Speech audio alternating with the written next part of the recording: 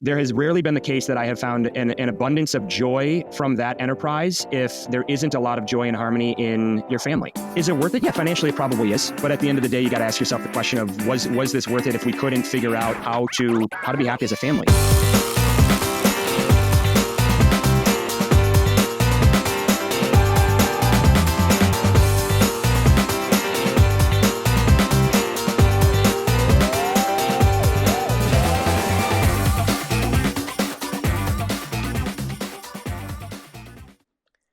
Welcome to the Industrial Growth Institute podcast.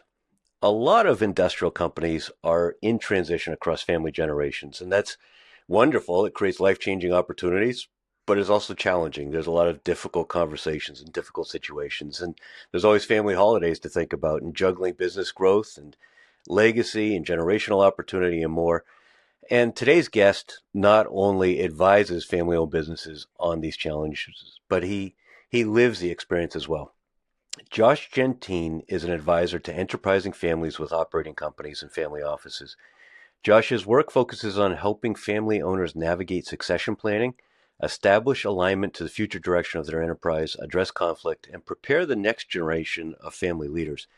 Josh sits on the board of directors at his family's company, Sargento Foods, as well as a family-owned ESOP auto dealership group. And additionally, he runs, and I think his primary day job that we're going to dig into is running Bench Family Forums, a roundtable group, and in conjunction with his Bench consulting business for family executives in middle market and large cap family-run businesses. And he also recently launched Family.Inc., a platform for connecting families and business. Prior to starting Bench, Josh served as a managing director at Deloitte Consulting, where he focused on mergers and acquisitions, as well as helping lead the design of the Deloitte Consulting's global talent operating model. He got his undergrad degree from Notre Dame, his MBA from UNC at Chapel Hill. He actually went back to Notre Dame following his MBA to study philosophy and theology in the seminary there with the intent of becoming a Catholic priest. Then other things happened along the way we'll talk about a little bit. He's accredited as a Hogan certified, Gallup certified, and ICF certified coach. He and his wife Meredith have 2 young children, and they live in Charlottesville, Virginia. So I've been really excited thinking about this conversation. I know it's going to merit lots of shares and comments and likes, and for good measure, subscribe while you're at it. So I'm looking forward to kicking it off, and welcome, Josh. Thank you for joining me. Thanks for having me, Ed. All right, we're recording this January 8th. You probably still have a sugar high from the Sugar Bowl win over Georgia, and tomorrow's Penn State. So what's your state of mind? How you feeling? Any predictions? What's going to happen? I have come to lower my expectations when Notre Dame is playing in a big game. We haven't won a big one since '88. So I'd say you won a big one 6 days ago. We did win a big one 6 days ago. We've been living on a legacy, and I think we need to close this one out. I don't know what the line is today, but I think we're favored to win, and I'm optimistic, Ed. And of course, it's particularly meaningful to you because you are actually a walk-on for the Fighting Irish, which strikes me. I've never been an athlete, but that strikes me as an amazing feat. Tell me about how you pulled that off. A lot of practice. A lot of practice. I'm not a great athlete, but I work my butt off. And back in high school, I was a quarterback, kicker, and punter, and I knew I wasn't going to play quarterback for the Irish, but always wanted to go to Notre Dame, play football at Notre Dame. I lived on Rudy every week, and so I got really good at punting. And my first week of school, I badgered the coaches, as every walk-on does, badgered the coaches for weeks saying, give me a tryout. And finally, I got the tryout, and I had a number of good punts. And fortunately, the freshman punter who had just come in wasn't punting well, and they said, well, we need you as a backup. So I often joke about the fact that people are like, well, what's it like playing football for Notre Dame? I was like, I have no idea, because I actually never played it down in my life, but I had an amazing view from the sideline. And interestingly enough, I've got an identical twin brother who also went to Notre Dame, and in high school, he was my wide receiver and my holder. Wow. And I think when I made the team, he's like, well, if Josh can do it, I can do it. So my twin brother walked on as well. So we were roommates, we were teammates for for 22 years together. It was Oh, pretty wow. neat. How Special. neat. That Yeah, it was. is. All right. So you're a high level athlete. You're a high level business advisor. I'm a high What? level punter, Ed. There's a difference between a punter and an athlete. Well, I mean, if you have my athletic background, you're a high level athlete. There you go. All right, I'll take it. What's interesting is some people are really turned off by sports analogies for business, and others embrace them. Do you use them in your work? Are they natural for you, or do you think they're too obtuse? No, I don't. It's an interesting question. I've never thought about it. I don't use sports analogies very often. I think there's plenty of others to draw from when it comes to the work. So no, rarely do I. That said, I do draw a lot of sort of references to, especially when we think about like behavioral patterns and how people show up, to some of the coaches that I had and the implications of that. Hmm. And one of our coaches at the time was Bob Davie was our head coach, and obviously Bob was. We did not have a strong record in Bob's era, and I look at the way that he operated with us and the way that his mind worked. And I also often draw parallels and say, hey, listen, you show up like this, and here's an example of this and how it motivates or demotivates others. So I'm pulling from a lot of that experience, but I don't do a lot of analogies from it. So, kind of along those lines, then, one of the themes that's come from many of my podcast conversations is the prevalence of NCAA athletes and or military veterans leading organizations and leading thinking in some important areas. My guess is that probably doesn't surprise you. With the businesses you advise, do you find that, or is our family businesses tend to are they kind of insulated from that? I have not found that to be the case with the families that I work with.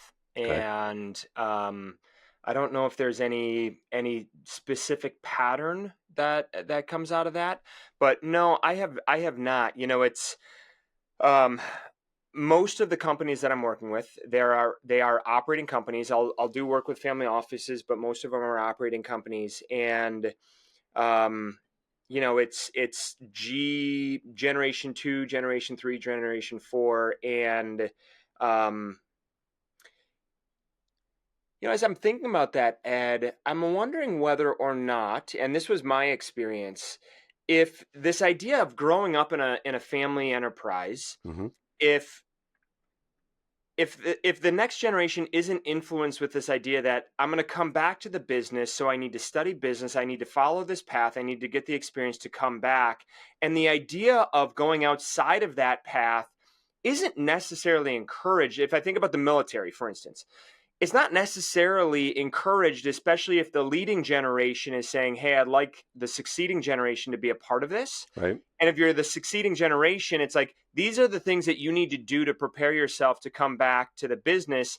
And it's rarely going to be enter the military. Never thought about the collegiate athlete side of it, but if I look at my experience, I certainly wasn't encouraged to explore a lot of options. I was definitely pushed towards doing the right things necessary to come back to the family business. And when you're young, you take a lot of the advice and recommendations from your parents, and I followed that, and it created a lot of friction later on down the road. But that's just what I did. So it's kind of an interesting thought. I'll have to explore that. Yeah, I mean, a lot of what you alluded to, I think you call it working your tail off, just practice, practice, practice, that grit. Fundamentally, some of those character attributes that those two experiences, high level athletics and military, Yeah. often cultivate, but No also they question. resonate with people who kind of naturally have that within them and help them to develop that even more. To your point about a clearly defined path, some companies obviously have a formal expectation that family who wants to join the business will go and do other things first. I mean, maybe it is go into the military, then do an MBA, or go work at another company, or learn how to sell somewhere before you come back into the finance function or something like that. Do you encourage that, or is it Every really time. just subject to the way the family thinks about it? I encourage it all the time. All the time, Ed. I think it is one of the most important aspects of somebody coming back into a family enterprise is having that outside experience. And it's not because you want their necessarily to have their perspectives from a Johnson and Johnson before you come back into a consumer products family business or something like that. There's value there, no question about it. But I think the more valuable element of that outside experience is you don't have a safety net. The reality is when you're in your family business and you are a family member, you are treated different. Right. Even if you encourage everyone to treat you like anyone else in the organization, it's not possible. Right. It's just not possible. And so there's always this safety net. It's always this sort of synthetic experience. And you're never going to get beat up the way that you need to get beat up to build the confidence you need to ultimately lead in the future. And so, I was actually just meeting with my cousin Louie and going through some of our fourth gen planning that we're working on, and we doubled down on that again and said, "Yeah, this is necessary," and make it very clear to everybody that it's not that we don't want you to come back, we do, but we Right. want you to get that experience and learn from others who aren't part of the family business. So maybe the military is something worth beginning to work into that matrix and suggest it as an option to people, perhaps. No question. Yep. And it's such a great proving ground. And talk about building self-esteem and confidence and everything else. Yeah. That is, it's just to jump down this a little bit further. When I work with clients, I can see kind of a gap in the succeeding generation if they haven't worked outside. Right. And while they may come off as confident and so forth, it's a bit inauthentic, and they're trying to play. Oftentimes, not exclusively, but oftentimes they're playing a role that they know that they're supposed to be playing, but it isn't genuine, and it's really hard to develop your own self-esteem, self-worth, self-understanding when you're in that environment because you're always under the spotlight. Right. Yeah. Well, we're going to come back to your early years, and you definitely didn't play a role that somebody mapped out for you. But first, I tried to, though, Ed. I tried to. All right. Well, you can tell more of that story in a minute, but Sure. I want to dig into your entrepreneurial instinct or itch. I mean, you started a mixer company, you started an olive company, you started Lonesome Labs, you started the Big Cheese, you started Bench Consulting, you started Family Inc. You start stuff, I and do. is that just Josh's personality? Is that because you grew up in an enterprise that had started and created security and opportunity for people? Where did that come from? I think it's a combination. I think there's no question that I've been fortunate enough to have the opportunity to start things because I have had that security and some of the resources and access to resources to do things. And so it's an unfair game in many respects in that way.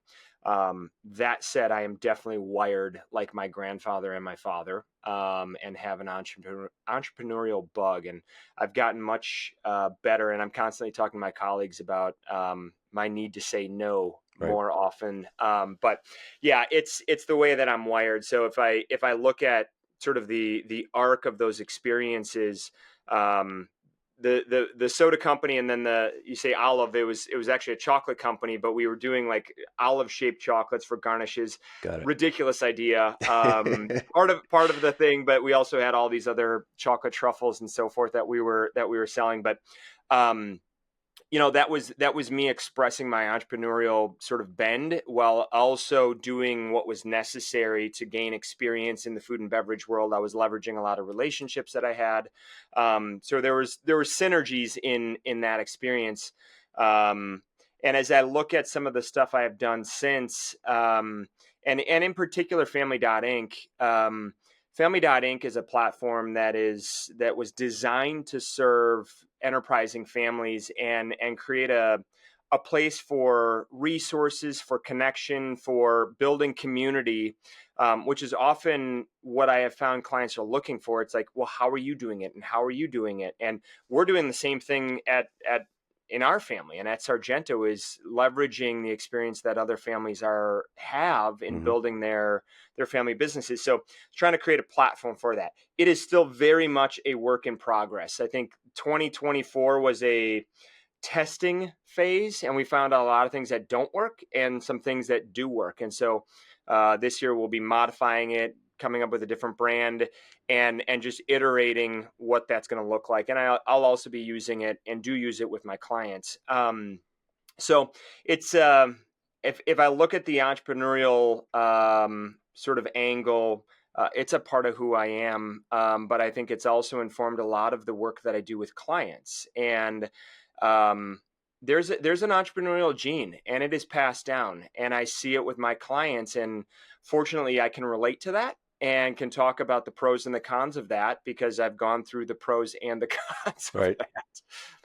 So, I mean, I think of growth versus fixed mindset often when I think Yeah. about that entrepreneurial instinct. And you need both in a company. You absolutely need both. But I tend to be growth mindset. I tend to be more entrepreneurial, and it really stands my hair on end when I have to sit there and explain to a fixed mindset person, why we can't worry about process right now, why we need to do something different. I'm sure that you see that a lot in the family counseling that you do. I do. I do. And in fact, a core part of the work that we do with almost every client, in fact, I probably won't take on a client that isn't interested or willing to go through this exercise. We do personality assessments on every family member within reason when we take on a client, and we're doing it because we want to understand. We use Hogan assessment, but I'm doing that because I want to understand how they operate, their behavior, how they show up, and so forth. And then we go through a big personality exercise with the entire family for a day Wow. in the family meeting. And we're doing that because I want fathers and sons and daughters and mothers and cousins and aunts and uncles to understand one another and how they operate. It creates levity. First of all, it's very humorous exercise. We love doing it. They all love coming out of it. So it creates levity, but it also creates understanding and trust. Right. And Ed, one of the more fascinating sort of metrics that we're looking at is that sort of fixed versus growth mindset. And okay, how do you show up, and where do you feel most comfortable? And we highlight the differences. If we look at a scale of 0 to 100, if somebody's 100 and somebody's a 0, let's talk about how those differences show up in terms of your family dynamics Right. and your operating dynamics, because it has a meaningful impact on the way that they function as a family within their enterprise. And there is this tension between stable, we've built this thing, we're going to continue this thing, this is what we need to do. And oftentimes, not surprisingly, the next generation saying, where are we going in the future? How are we going to push the edges? And if we don't create and innovate, we're going to die. And Yeah, so we spend a lot of time navigating that with families. I definitely want to pull on that thread. You're mentioning Hogan reminds me. Patrick Hayes, who introduced us, also uses Hogan in a Yeah. different context with private equity owned companies. But it reminds me of when I took a Hogan a few years ago. I think I almost broke the thing. If you want to chuckle I'd afterwards, love to see your scores, Ed. when we stop recording, I'll share it with you. But back to Family Inc. for a second. And thinking about some of these intergenerational and differences in personalities, Yeah. do you see among the families using it, is there a difference in uptake because of the digital aspect of it? I mean, you've built this community, which probably feels much more natural for G4 than it feels for G2. Do you struggle trying to get people aligned around that digital experience? Yes. Just yes. There's no question about it. And if I look at my dad and his brothers versus our generation versus in our case the fourth generation, our kids, there's a significant delta between comfort with something like that and understanding for how to just use it, the intuitiveness Right.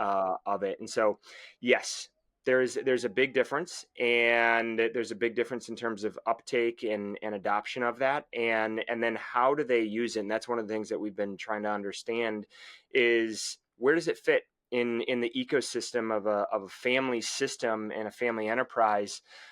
What are they actually looking for, and how do they use it? I mean, I look at my dad, and big email user, obviously. We'll do a little bit of texting, but isn't going to touch a lot of the other platforms. Right. And then the fourth generation are my cousin's kids. Mine are too young, but they text for everything. Right. And that's just foreign for a lot. So there's an evolution, and it's going to continue and accelerate, frankly, with AI and how that's being used to sort of facilitate communication, messaging, and getting work done. Do you use that difference in the experience and the uptake within the family with your platform ever as kind of an analog to help them come face to face with some of the conflict they have about how they might incorporate into the business with their users? Yeah, it would be the other way around though. Okay. The consulting work really and the conversations I'm having with the family then feed into Family Inc. So we're addressing that tension up front Got it. with a lot of clients, and then they end up on the platform as a communication I tool see. and a connection tool. But yeah, I mean, it's one of the things that I have found is families, I would say by and large, aren't great at communicating with each other.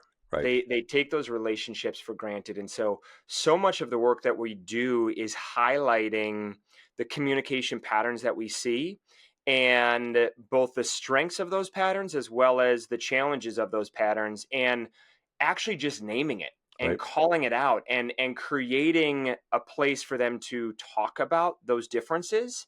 It's like, let's just own the fact that we're not on the same page in terms of the way that we operate. That's okay. That's natural. Welcome to Sure. being a family member. But now what do we do with that going forward? Right. If I think about this, the psychologist is going to unpack what is the meaning of that, where did that come from, and so forth. I'm very focused on, great, it is, now what? Right. And where do we take that? So we talked about the digital aspect. You're, I think, tail end Gen X or very early millennial, somewhere in there. And the beginning of your career was very analog. But Mhm. since COVID, it looks like with a number of your different ventures, you've really doubled down on digital. How have you made that journey, and what lessons have you learned that you're sharing with others that may be struggling on how to go more digital? I have, if I look at the other sort of companies that I've started and things, it very pieces and parts, very consumer products. My eyes were like blown wide open with technology and just the scalability of all of it. So Lonesome Labs is a company that I started with a good friend of mine in Tel Aviv, which is all focused on Amazon third-party sellers. And you know, I wasn't the technologist. My partner Tom was much more in tune to that. And in going through that journey, which I'm still going on, we've got I think this week we hit 60 million solicitations, Amazon orders running through our system. Oh, And congratulations. yeah, thank you. It's I've learned a ton, and as I sort of, I'm not sitting on the sidelines a lot with that, but as I look at that from the outside in, more as an investor than an operator, and I look at what we're doing, it's definitely helping me understand Hmm. those individuals who are very technology minded and understand those systems. And Family Inc. I've used a lot of what we learned at Lonesome Labs for creating Family Inc. and how we market it, and how we're addressing sort of the opportunity set with clients. So it's been a great experience for me, and it definitely is giving me another dimension when I work with clients who, the next gen is, they want to start stuff. Right. They want to explore that. And well, I've gone through several iterations on the food, beverage, consumer product side. Now I've got this other tool that I draw from on the technology side, which has been really helpful. It sounds like an angle for us to take in a minute when we talk about independent directors and some of what you might expect an independent director to contribute to oversight and governance and strategy. Hmm. But let's go back. I really want to pull on the thread that you alluded to about, in terms of governance and strategy, this change in the way that people are buying, and the fact that those communication challenges and intergenerational differences in a family business can magnify some of the issues that arise out of that. And it feels to me very strongly, I believe very strongly, that we're seeing not only cyclical but but fundamentally secular changes with a big shift to digital that the previous generational leadership may discount, may not fully understand, may not want to embrace, may feel threatened by, whatever the case may be, whereas rising generations probably do embrace it. But then there's this problem where their first remit is to do no harm, to preserve the legacy. Don't screw it up. This has gotten us where we are. It's created our lifestyle. It's created this security. It's created jobs for the community. It's created this anchor in the community. It's done all these things. So yeah, I hear you talking about this cool stuff you want to do, but you better not do something that's going to screw it up. So long, rambling question, but how do we deal with that? Yeah, if I think about what I'm going to call the leading generation, I'm going to kind of target, let's call it 75 to 60, Okay. somewhere in that band, right? What I have found is that there is an understanding of the need to evolve from a technology perspective within their organization, regardless of the industry. Okay. Whether you're making cheese, distributing beer, wine, alcohol, or making widgets, there has certainly been enough noise and signal to indicate that we need to do things.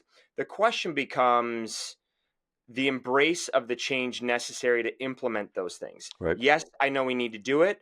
How, when, and what are the implications? And so what I have found is that, especially in family businesses, they're not going to be necessarily tip of the spear. They're going to be followers, not leaders, when it comes to implementing technology solutions that create scale, efficiency, and so forth within their organizations. And I think that is natural because there's the reality that they're not beholden to shareholders and the public markets the same way public companies are. And because you can take a generational approach to the decisions that you're making, or let's just say a decade approach to the decisions you're making, it changes the calculus, it changes the way that you approach analysis and sort of the responsiveness necessary. So I think that sort of laggingness in the evolution of an organization from a technology perspective, in some ways can be a competitive advantage, because you don't need to make an immediate change. You're not beholden to somebody who's looking at your quarterly return saying you need to find efficiencies, you need to find efficiencies. You don't necessarily need to find efficiencies right now. You can take a much slower approach to that and make sure that you're doing it the right way while preserving culture. And that change management piece might be a little bit easier. Let me put it this way. It's harder in some respects because you have a very ingrained sort of fixed culture that is really predicated on the family. And so that makes it hard, but at the same time, you can take a longer term approach Right. to the changes that you need to make. And technology is an easy example. I mean, the number of $300 million privately held, family owned industrial manufacturing businesses that I've seen that don't even have a CRM just Correct. absolutely blows my mind. But it's not only technology; it's also business model. I mean, about recurring revenue and thinking about some of those other kinds of things That's right. that are much more common now. It requires a lot of, I'm sure, therapy, which kind of brings us to bench consulting, which, with all the things you got going on, if I understand correctly, that's your primary business, right? Bench is where 95% of my time is spent. All right. So tell us a little bit about Bench and what you do. Yeah. Bench is really focused on three buckets when it comes to family enterprise. And when I say family enterprise, I'm referring to families with operating companies and or family offices, a portfolio of operating companies, whatever it might look like. Focus on three things. The first part is alignment. And by alignment, I mean helping a family get on the same page for what is the purpose of this asset? How are we using this asset? Are we investing into it? Are we not investing into it? What is it for, and what do we do with it? So that alignment piece. Then there's transition, succession planning, and helping families navigate that process. And then the last one is conflict. And as you can imagine, Ed, sometimes all three of them are going. They're all there at the same time. But I'll get families that call and say, we've got multiple family members who are operating in this company and we don't get along, and what do we do about it? And so it's a case of unpacking that. Right. If we look at succession planning, it's okay, how do we do this? How do we do this the right way and keep especially if there's multiple family members involved in the business, how do we make sure that we do this the right way from both a business perspective as well as preserving the harmony of the family through the process? And then alignment is really that the biggest bucket, because ultimately this comes down to, why are we doing this? Why be a part of this family enterprise going forward? And if we do want to be a part of this and we want to keep this a family enterprise, then how do we do that in the most responsible way for both the stakeholders as well as for the family members? And what percentage of the time do you find that people call you when it's already too late? Um, it's not as often as, thankfully, as many might think. I mean, It must be because you're a wizard. well, I'd like to think they have the foresight and recognize I need to get in front of this. I mean, the idea, that whole Succession TV show sort of scenario of all of this conflict and dad dies and what do we do? There are certainly those cases, but by and large, I would say most of them are coming with a runway, and they're saying, we know we want to do this right. We want, fortunately for me, my grandfather, my dad, his brothers, the leadership team at Sargento had the foresight to say, we need to do this right. Let's get in front of this. Right. And I think they see that and say, how do we do that? How do we do what you guys did? Because seemingly you did it well. Right. And I would say that we did. There's no question about it. So fortunately, I have enough of a runway to work with families over multiple years if needed to get them in a position where they can make a transition or find that alignment in a responsible way. And so you're not providing the answers. You're helping them develop the tools and frameworks and conversational strategies to reach the right answers for themselves, correct? Yeah. And I would say it's a little bit of a balancing act because, Ed, I love family businesses. I think family businesses, family owners are great owners, and dare I say better owners than private equity owners or anyone else. If I look at the impact that we've had at Sargento on the communities that we are involved in, those communities would not be the same if we weren't a family-owned business. Mm-hmm. The employees would have a very different experience for their families if we weren't a family-owned business. So first and foremost, my going in kind of hypothesis or goal is to keep a family business together. Now, that is not always going to be the case, the reality, or the best solution for a family. So I have to be very open-minded and recognize that my family values are not your family values. Right. And while I might have a point of view, I'm not here to say that this is the right way or the wrong way. So it is really about, if I borrow a term from coaching, it's about creating the container to have the conversations necessary to make the decisions that are the right decision for the family. Mm-hmm. At the same time, I am going to be very clear and vocal about potential opportunities and risks associated with the decisions that they make. Right. So I think I know I've got enough reps to say, if you guys choose this, implication 1, 2, 3, and 4, how comfortable are you with those implications? Right. And so I feel like I can provide that perspective, and they still may choose to make that decision, but they're doing it informed, sure, in an informed way, and it's my job. All right. So you talk about risk. And this, I mean, I just keep coming back to this question of the growth challenge that I see. And I know every situation is unique, and I'm sure, you see lots of examples of, what was it, Tolstoy, I think, Anna Karenina, the quote about every miserable family is unique in its the way that it's miserable. But at a high level, if we go back to this question of helping rising generations step into a role where they balance this legacy preservation against the need to take risk and change and grow, it feels like that must be a common problem. What kind of advice do you have that you could offer, categorically, that might be helpful? I'm going to add a nuance to that, Okay. because I think in general, yes, let's call it the succeeding generation, is looking to build and to grow and find new opportunities. Simultaneously, I also think if done well, the succeeding generation, by and large, does respect the legacy that has been built, understands where they came from. Simultaneously, what got you there isn't going to get you to the next to where you need to be, right? So, and the other sort of nuance of that is that the succeeding generation, depending on the sort of family dynamic, may not want to take some of those risks, because taking those risks put the entire legacy at risk, and that's a risk they don't want to take. Right. And so there's a tension, and it really comes down to each of the individual families and how that family dynamic plays itself out.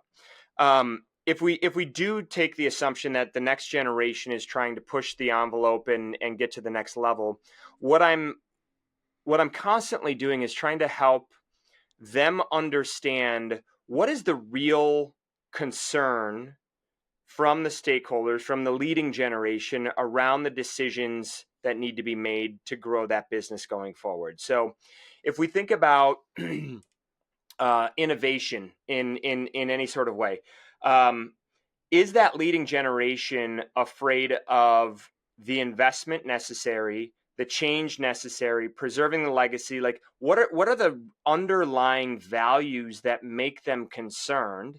If they Can you and let me generalize give it you all? let me give you an example. If Okay. if a next gen steps into a seat and is wants to kind of push the envelope a little bit, is the leading generation concerned about how the decision is being made, or is it the decision being made? So if they don't necessarily trust their son or daughter, because they haven't had enough reps, let's talk about that versus the need to grow.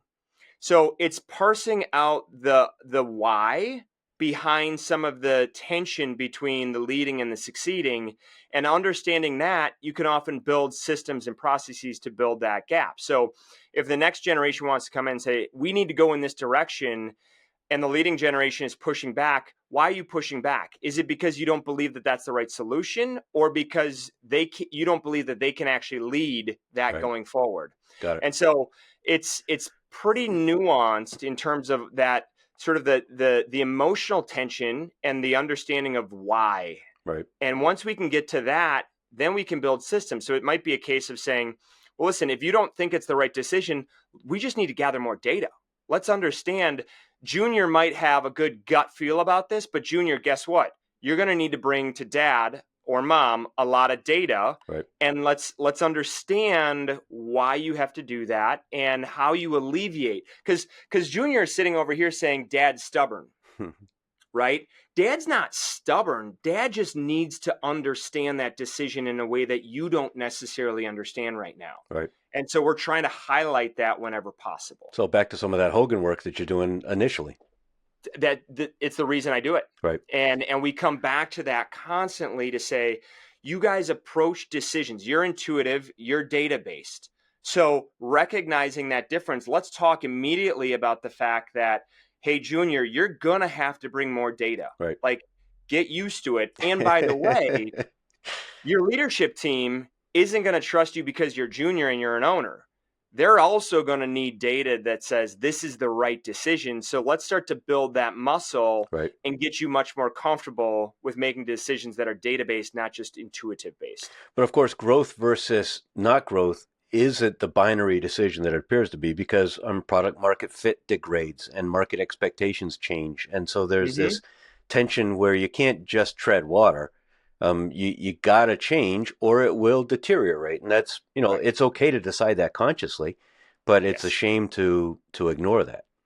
Yeah. And there's no question that there are many instances where that leading generation is comfortable. They've created something that has provided liquidity to the family, and locking down around, here's our business model and here's what we do, is natural. It's comfortable, and I would expect it. Part of part of what we're looking at when I look at clients is you might have, I'm going to use Junior again. You might have Junior over here saying, we've got to innovate. We got to innovate. If it's just Junior saying we've got to innovate, unfortunately, dad, mom often will ignore that voice because it's their kid. And there just isn't enough trust in what Junior thinks. And so having a good leadership team around you, pushing you to understand what's happening in the market and be willing and able to ask the hard questions about your business model is really important. And that, Ed, the sort of overarching work that we do that we often describe as moving from family business to business family. And family business is dad makes all the decisions or mom makes all the decisions, and then the next generation comes in and the pattern repeats itself. Moving to a business family is about surrounding yourself with really good team members who have the ability and confidence and the right to push back on that leading generation. Right. And so having other voices in the room, we're often highlighting, and this is one area, Ed, where I will speak up in my client work. It's like, hey, listen, I'm seeing it. Your team is seeing it. I've done interviews with everybody. You do need to change. Right. And I'm going to call that out, and that may be uncomfortable, but let's talk about it. So I'm struck by the irony in that in many of these companies, they're founded by people who worked for somebody who refused to change, and they said, screw it, I'm going to go do it myself. And they started this business based on innovation. Totally. And then 2 generations later, suddenly, no, we've got our model locked down. Yeah. Well, and it's almost bifurcated. You've got the entrepreneur who starts something and can never turn it off. And kids are like, Dad, or Mom, just stop. Just stop. Right. And they're trying to put the governor on it. And then there's the others who are like, I can't get you to move. And those are 2 kind of common archetypes of what we're dealing with. So you talked about these other people that bring gravitas and experience and reps and can weigh in on some of these conversations. Certainly that can be hiring outside executives and make them part of the senior management team.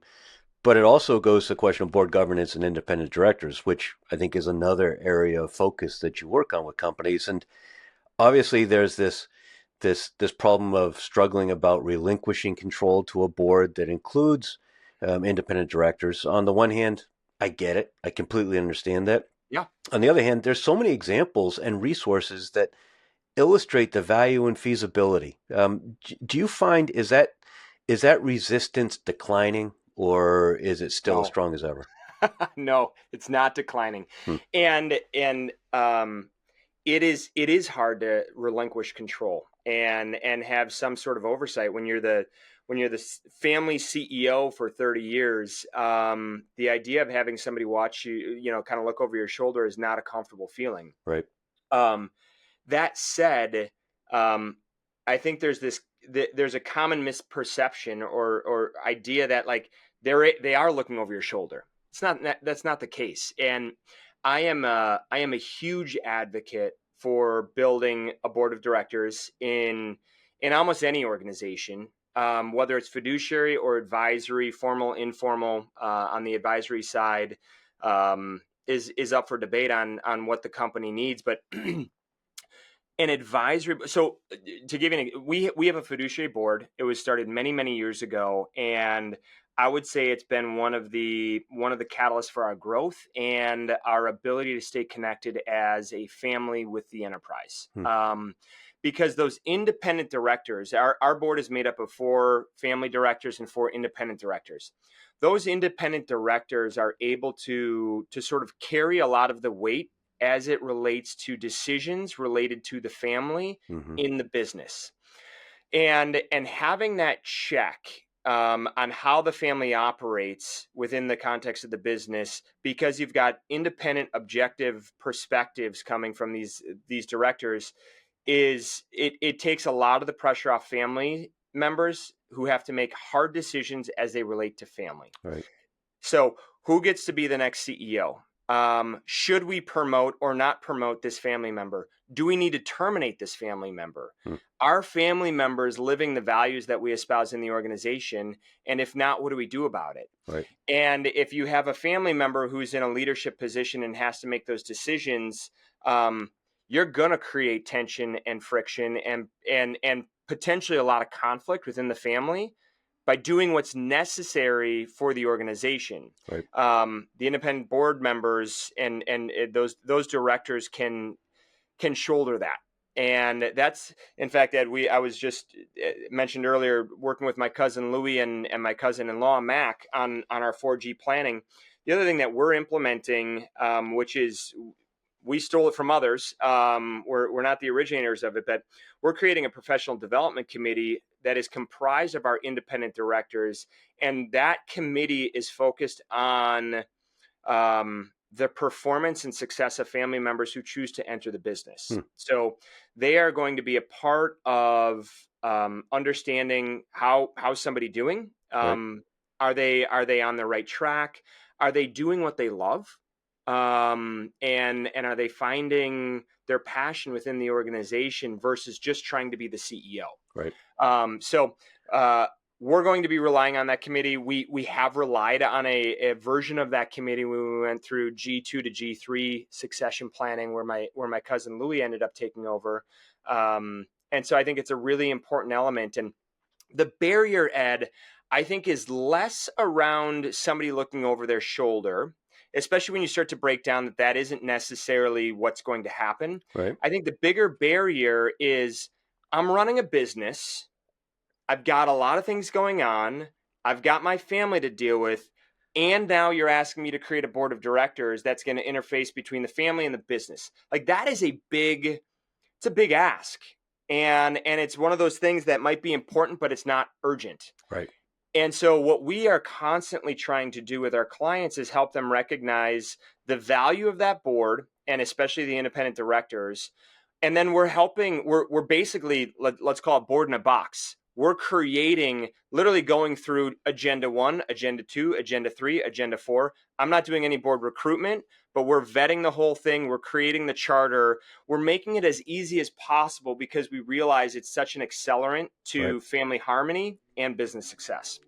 Now, sometimes it's not only loss of control, but companies also cite the cost. And it's Sure. not expensive. I mean, no private director is getting wealthy from doing that work. Oh, But a lot of people think they're going to when they sign up, but they're not. Right. Do you have a rule of thumb? At what point is it number of employees or amount of revenue or number of family members or the generation? Is there some inflection point that you think a company really needs to embrace independence? As early as possible. Okay. And it's when we talk about independence, I would lean on independent members of that board, because it's going to be comprised often, and I don't think I've found a situation where it isn't. There are going to be family members on that board, and you're going to ideally have those independent board members. But I think if you're a $25 million organization, you should have a board and you should have independent directors that are helping you think through your problems and the challenges that you have. They're bringing amazing perspective from their experience if you recruit the right people. Right. And they're going to be, again, predicated on recruitment and who you're selecting. They're going to have the confidence and the right to push back and challenge you around your decisions. That doesn't mean they're making the decision for you, but they are holding up a mirror and a lens to make sure that it's the right decision. So that not making the decision for you goes to the whole nose in, fingers out sort of an argument. Right.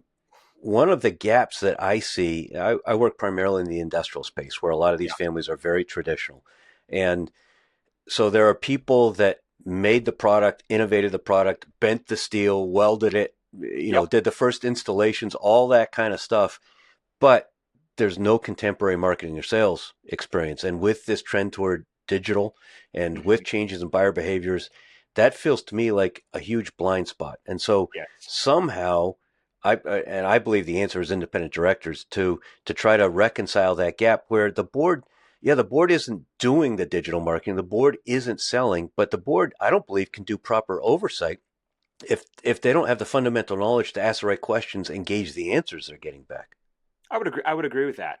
And I also think, Ed, it goes back to this notion of moving from a family business to a business family. Mm-hmm. A business family goes out and recruits the right people, even if that's challenging to do. And there's an uncomfortableness related to that. Right. And if you think you can get it all kind of organically through the organization, but your industry has changed, and you need to move in that digital direction, then you got to go out and find somebody and then lean on their knowledge. And it you said it earlier, growth mindset versus fixed, Right.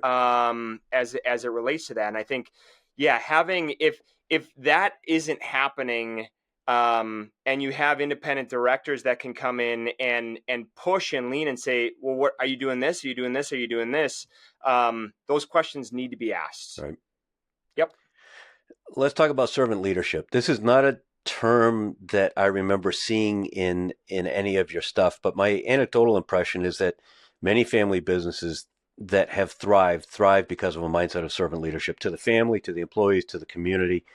And that seems kind of core to your approach. I mean, you joke around about how you broke the mold and you surprised everyone. They assumed you were going to the family business, but then 3 years of Peace Corps kind of work through Galapagos and Tanzania and United Way, and then seminary, and then MBA, and then back to seminary, and then talent management, and now you finally found what you're doing. But it feels like a consistent thread is that you're helping develop this mindset of servant leadership within companies so that they are serving the family, serving the employees, serving the community. Is that fair? That is fair. That's very fair. Um, I if you want to make God laugh, tell me your plans. Well, I'm a classic example of that.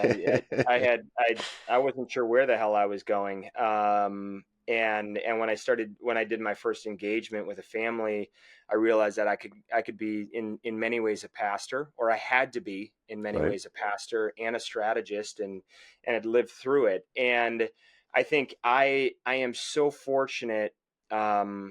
At least based on my beliefs, I feel very fortunate to have a dad, an uncle, grandparents, and frankly, a leadership team at Sargento that embraces this idea that, we're stewards of this organization. And yes, it's our business. But in our case, call it 2,600 families rely on us to make Wow. great decisions. Right. And because we're in a small community, the community relies on us to make decisions that are not predicated on the wants and needs and desires of us, but it is very much a stakeholder mentality. Mm-hmm. And we are a faith-based family. We talk about faith openly in from a corporate perspective. And we're not going to thrust that faith on others, but we also believe that, to those who have been given much, much is expected. And that means sometimes we need to put our wants and desires on the sideline for the good of the organization. And I also think that servant mentality, maybe especially these days, can and is a competitive advantage for us. If I look at the But war, I would submit because it's genuine. There's a lot of faux servant mentality that floats around out there. valid, valid. I look at the war for talent Right. and how difficult it is. And if I look at Sheboygan County, where we're based, and a core of our employees are based, um, who you work for matters a lot, and the culture that you're a part of matters a lot. And I think by and large, people want to work for an organization that recognizes them and cares for them and is going to do what they can within certain bounds of making sure that they develop, grow, and are successful. Mm-hmm. And we are hyper focused on that. And I think it makes us one of the best employers in our community, and certainly the state. And because of that, we've been able to grow. We've been able to get the talent when we need the talent. And if we couldn't, we wouldn't be in the position we are. Right. Now, I say all of that. I'm speaking as an outsider and merely as a board member. I think my cousin Louie and the leadership team, hats off to them. and they're so deeply embedded in understanding all of that. But I think that's probably a sentiment that's shared across the organization. Between your bench consulting work, running Family Inc., serving on several boards, being a dad, I see that you still read a ton. Your list of resources covers quite Yeah. a range from O.G. Mandino and the War of Art to Green Lights and The Wager. How do you decide what you're going to read next? Uh, sometimes I feel like I need to be in that growth mindset, and my wife gives me a hard time. She's like, "Yeah, you're constantly reading this self-help stuff," and just how I'm wired. So there are seasons in a year when I feel sort of a gap in my own growth, and I'm not growing, and that's when I find myself leaning into resources like that. And then the other side of it, I just enjoy reading, How many and books I do you have will going at a time? usually only one, Really? one at a time. But either so. Well, God, it was before COVID. This was probably 2018, 2019. I ended up taking a speed reading course, Hmm. Ed, and I just wanted to consume more material, and I couldn't get through it. So I took this course. It was a game changer for me. Really? And it helped me fall in love with reading, and I found I was comprehending more, and I was getting through more material. So between reading and audiobooks, I'll try to get through at least something a week, and sometimes it's fun. I mean, if you look at the resources, I've got some ridiculous books that have nothing to do with the work that I do, but I do find, and maybe this is just kind of how my mind works, I get so much inspiration from the stuff that has nothing to do with what I'm doing. Right. And it's the outlier books that I'm like, oh my God, that Winnie the Pooh, man, there's something there, you Right. know? So Do you I assign read what I love. Do you assign reading homework in your work with families? I will. Yep. 100%. I think trying to constantly promote that growth mindset by doing reading assignments, book clubs, stuff like that in families is really important. And if they can get one nugget out of something, often that's enough. So. Have you ever seen a board that does a regular group read as part of its activity? I never have, but it feels like it would be I a good have thing to not, do. but I love the idea, and I might present that to our board. Hmm. I think it's a great idea. And don't answer if it's uncomfortable based on conversations that you've had, but do you have an initial reaction when you encounter somebody who's aspiring to lead a family business who you realize just never picks up a book and reads? No, Okay. I don't. I don't. Um, I found many successful individuals who don't pick up a book and read, and they Really? just consume things differently. Hmm. You know, I'm kind of an introvert. I definitely recharge on my own, and reading, writing, just sitting and thinking and meditating, praying in my case, is my way of recharging. For others, they're out, they're talking to people, they're gathering information and perspectives and new ways of doing things from constantly having conversations with people. So I'm more interested in how they apply what they know and how they're consuming things than the method by which they do it. Got it. In addition to reading and praying and writing, how do you reset? Are you still into athletics? I am, well, not much of not much of an athlete. It's amazing. You know, I joke that like I should have, the whole idea of country club sports is a much better pursuit when you're young because you can play it the rest of your life. I haven't punted a football in a very long time. So, yeah, I still work out. That is, if I look at my rocks and the things that are most important, I just had this conversation with my wife.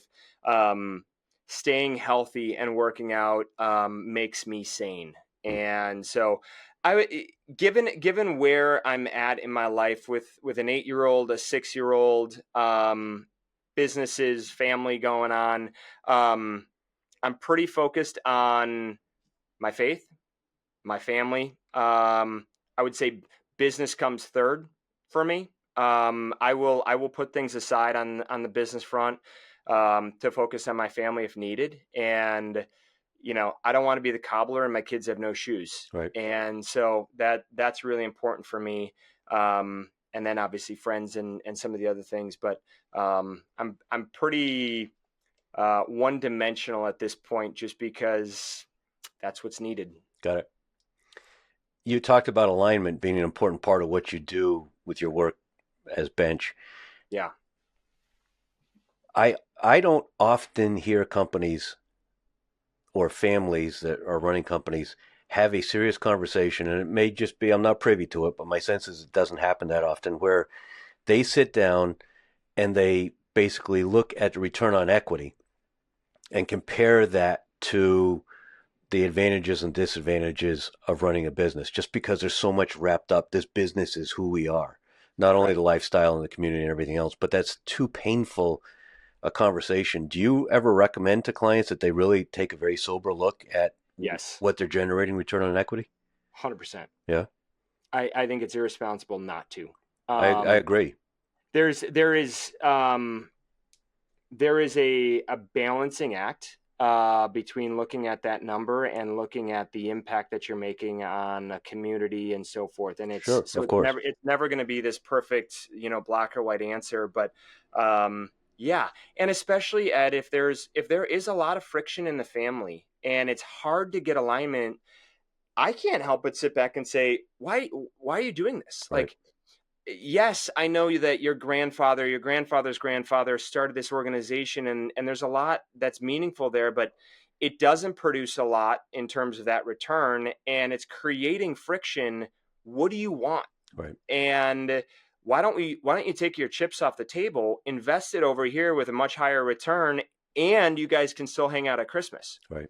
Seems like a good move to me.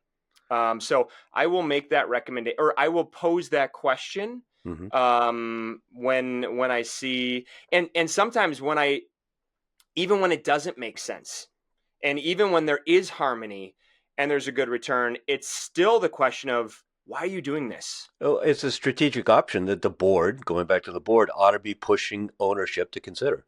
Correct. Yep. All right. So you once carved a portrait on a block of cheese, so I hope you'll forgive at least one. We'll call it a cheesy line. But I got to ask, as I was thinking about your background in this conversation, I started to wonder why the expression is the greatest thing since sliced bread. I mean, the sliced cheese came after sliced bread. You must at some point have pushed for the expression to change to the greatest thing since sliced cheese. Well, let me be clear. I did not carve that block. When I had the big cheese, we did have somebody carve a bust of a comedian's wife as a social media sort of prank. Yeah, the greatest thing since sliced cheese. That I wish we could pick that up and get that to be common vernacular, but we'll take what we can get. All right.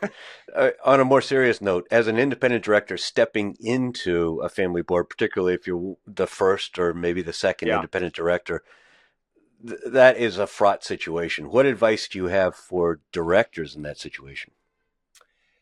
I think doing your due diligence on the family and asking the family before stepping onto that board, or right. or if you're already there, but I guess simultaneously. But help me understand your family dynamics. What's working for you guys? What's not working for you guys? How do decisions get made within your family? Understanding that the decision rights and how things actually happen, I think is a really important question, because it's really difficult for you to sort of govern as a director if you don't understand how those dynamics are playing themselves out.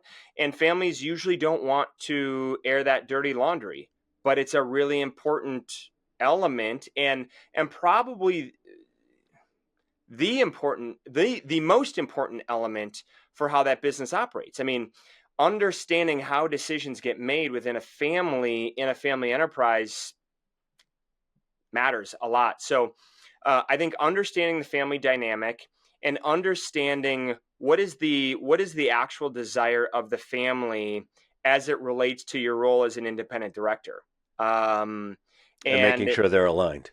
Yeah.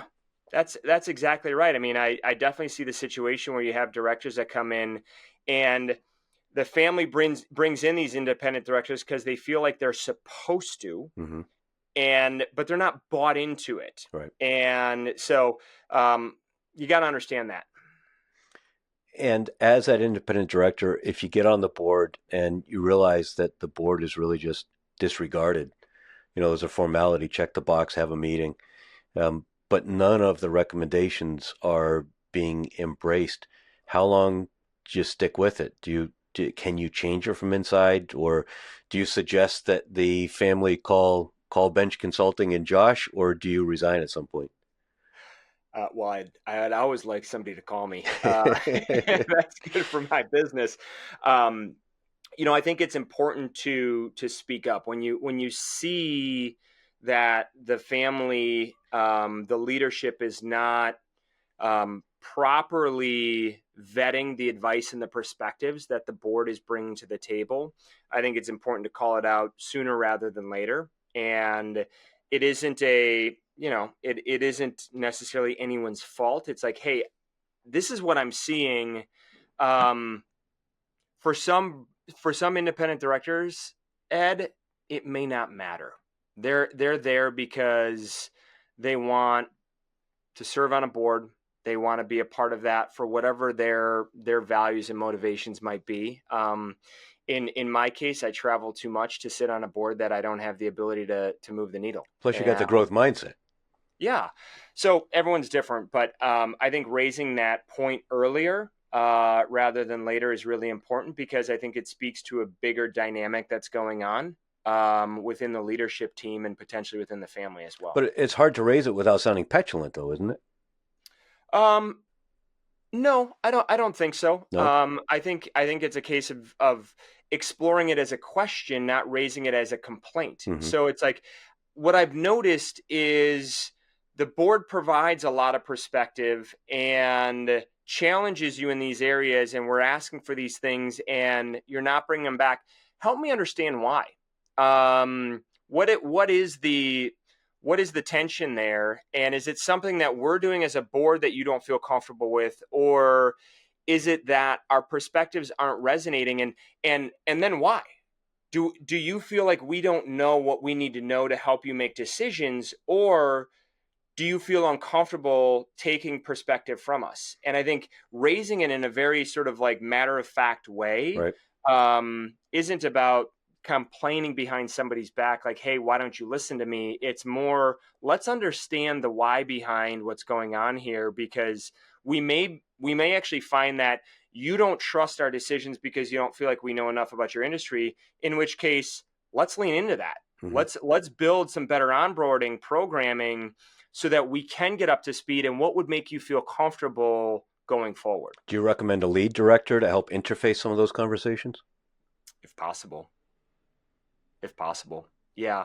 And whether it's if it's a lead independent director, whoever's the chair of the board, there's a number of different dynamics, but yeah, I think the independent directors having conversations about those dynamics, if they come up, is an important conversation, and it's not a punitive one. It's more of a curiosity, Right. and a, hey, if we can add value, great, and if we can't, like, let us know.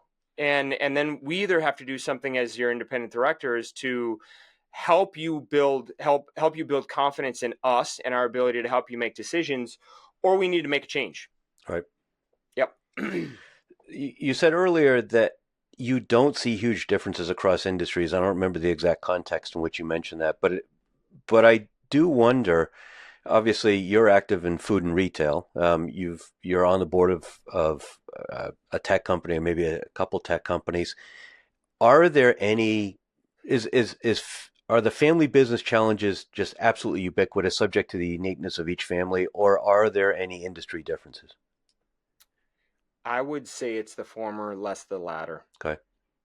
I think there's more commonalities than there are differences, and it's industry agnostic in terms of sort of the family dynamic. The family dynamic has an outsized influence on what's happening in that organization. yes, every industry is going to be different. Every industry has a unique dynamic that they've got to work through. Um, oftentimes people will say, well, my industry is so unique and Right. so different. It's It's not. Right. Yes, your challenges are unique to your industry, but it doesn't make it especially more difficult. Selling cheese is just as hard as selling SaaS Right. services. So I have found, and maybe it's just because of the work that I do, that it really comes down to the family and the family dynamic. Speaking of commonalities, one of the most common situations I encounter is where the VP of sales is, a brother-in-law or somebody who's been in the company so long they might as well be a brother-in-law. Yeah. And I use assessments to try to bring some empirical analysis to that fit, as opposed to just kind of gut feel and anecdotal stuff. What do you find in where you've got a very specific person? You talked about how the independent directors can, from a talent management perspective, provide air cover to the family. Do you have any other recommendations on how to manage that situation if it's the wrong person in the wrong job at the wrong time? Yeah, the sacred cows Right. internally. Yep. Those that is always. In fact, I was working with a client recently, and there are a number of them, and I go back to this idea of why are you doing this? Like, what's the purpose of this business? Back And to your alignment. yeah, if the purpose of this business is to grow this thing for the next generation, then guess what? You've got to make some hard decisions. Right. And I will tell you that this is not the right individual. And it's a case of shining a light on that and helping them get much more comfortable with the fact that if we're going to go from here to here, we've got to do those things. And um, you know, sometimes there's transition plans you can put in place. I completely respect when there is a sacred cow in the organization. It's easy as a consultant to say, well, why don't you terminate this person? Um, that's kind of BS. In a family organ, you can't just do that. Right. And especially if you're in a small community, you're a big fish in a small pond. Those are hard things to do. And um, I'd be I'd be a lousy consultant if I said just do this because this is the right decision from an objective perspective. Mm-hmm. But highlighting the sacred cows, highlighting what does it mean and why do you have this? Is it a aversion to conflict? Is it an aversion to making hard decisions? How else are those things showing up? So almost illuminating that's a leading indicator of what else might be going on. Right. And so I think calling that out and helping shine a light on that is an important thing. And then talking about if you want to go here, if that purpose is here, what are the things that you need to do? And sometimes it's about making transitions, Right. and let's put a plan in place to make that happen. Back to assessments quickly. Do you ever get pushback on using those? I get a lot of people who are like, God, this is ridiculous. Like, I seriously have to go through this. Right. We had a client did a recent sort of session with a large family, and I would say well over half of the family going into the session. I was like, seriously, we're doing like a personality assessment and workshop. Ed, every single time I do it with a family, they come out and they're like, that's the best thing we've done as a family Wow. in a lifetime. And I think it goes to it speaks to the fact that families, especially as they grow, they get more complex, people move to different parts of the world. They don't communicate. They don't Right. communicate. And one of the things that I often talk about is the fact that in the corporate world, um, billions are spent on helping colleagues learn to have crucial conversation and understand one another. And you invest all of this time and resources into getting to know this person you're not related to. And yet families don't do that. They don't know each other well. And so when we take them through this corporate exercise as it relates to the family, it illuminates all of these dynamics and creates this amazing levity for the family and common taxonomy around Right. how they show up. And I don't think I've ever had anyone walk out of that saying that was a waste of my time. Do you recommend it for the boards as well? I would love it for the boards. Yes. Sounds I like think they often resist. I think at the board level probably more so, Okay. just because it's a different dynamic, and is it fiduciary, is it advisory, how often are they meeting? There's just too many nuances. But yeah, if we talk about a high functioning board, going through board development work and doing exercises like that is incredibly important, especially as it relates to making difficult decisions Hmm. and making sure that everybody around the table um, is speaking up and has a voice when needed around the hard decisions. Yeah, I think it's important. All right. So for people who are listening and they're intrigued, tell us just quickly about your ideal client and how you recommend folks get in touch with you. Yeah.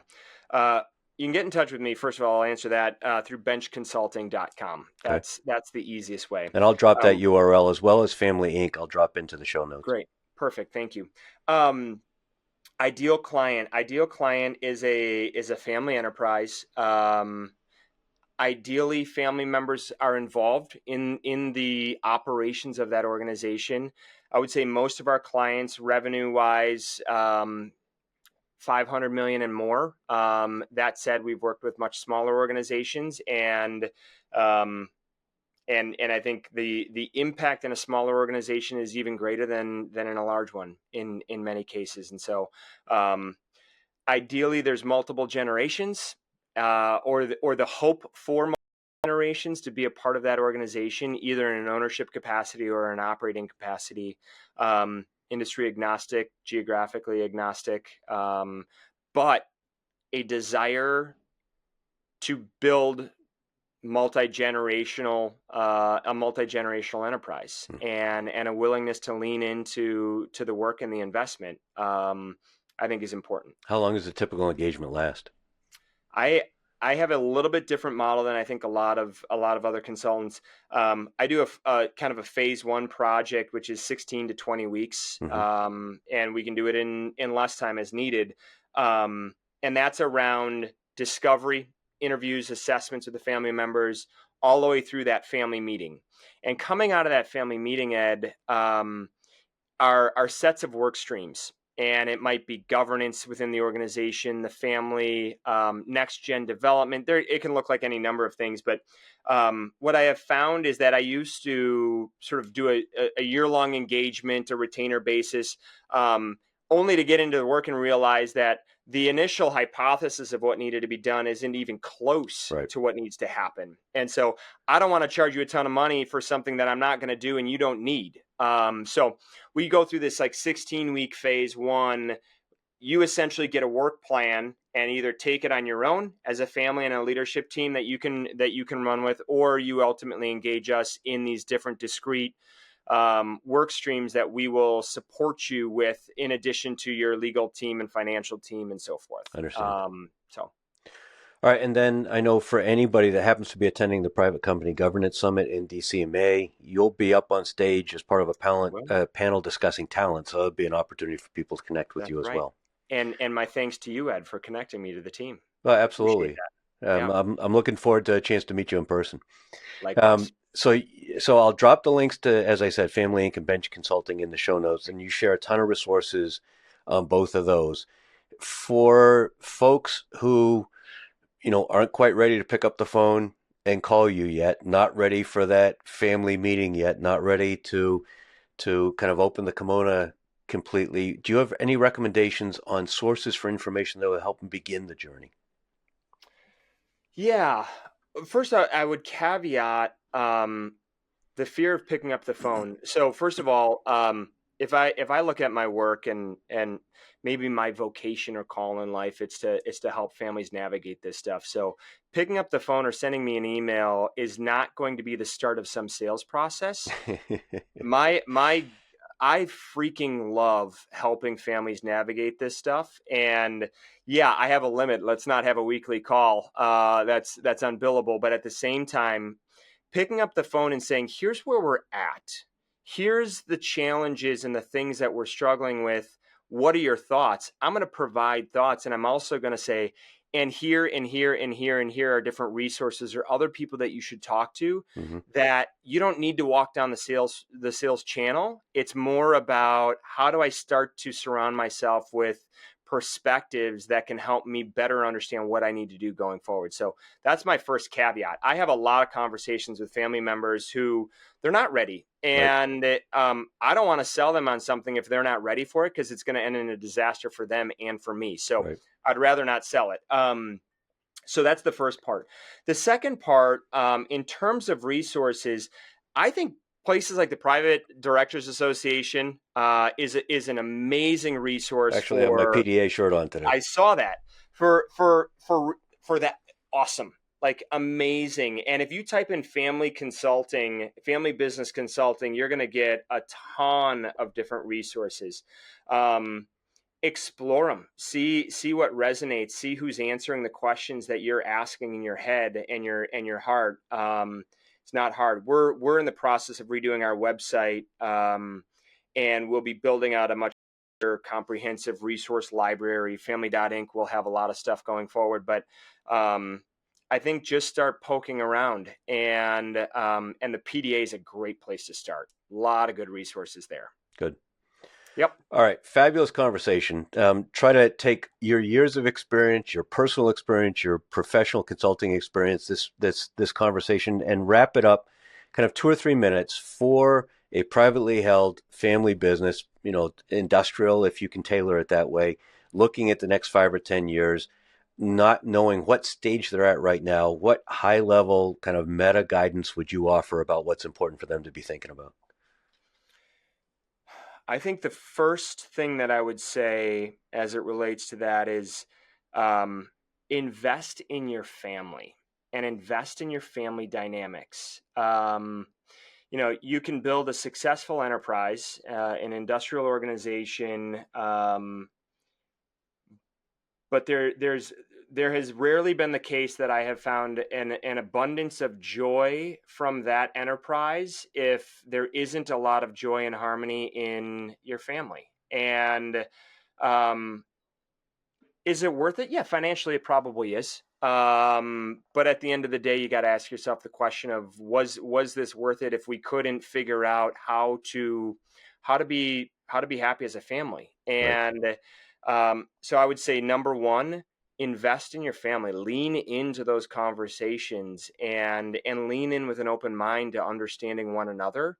And there are so many organizations that are successful because the family is dedicated to one another and building something that has sort of sustaining power. So that's the first piece. The second piece I would say is, and maybe the parting piece is really shifting your mindset from a family business to a business family. And that transition, which is the essence of the work that we do, is around governance. It's around systems, process, bringing in outside expertise. It's operating and thinking in a completely different way. Mm-hmm. And in doing that, it creates the sustainability that allows you to transition from one generation to the next. It is really hard to make that transition as a family business from one generation to the next, especially 2, 3, 4, 5, right. Unless you have created a sustainable enterprise that can survive without the family member being in the lead share. So embrace that mindset and what it means to be a business family. And I think just that perspective is enough of a catalyst for you to think through the different things you have to do. Fabulous advice. Thank you so much for joining me, Josh. This has been a pleasure. I've enjoyed it. You going to the game tomorrow, or you travel too much that you're going to just stay home and watch it on TV? I had a hall pass for the first playoff game up at Notre Dame. So I went to that one, which was electric, and it was fun to be back in the stadium. The big games I prefer on my couch. Got it. With friends. All right. So with that, we're going to wrap up. Again, thanks so much. Appreciate everyone taking time to listen to Josh and I have this conversation. If you got something out of it, I'm sure you did, be sure to like and share and comment, and please subscribe as well. Thanks so much for spending time with the Industrial Growth Institute podcast.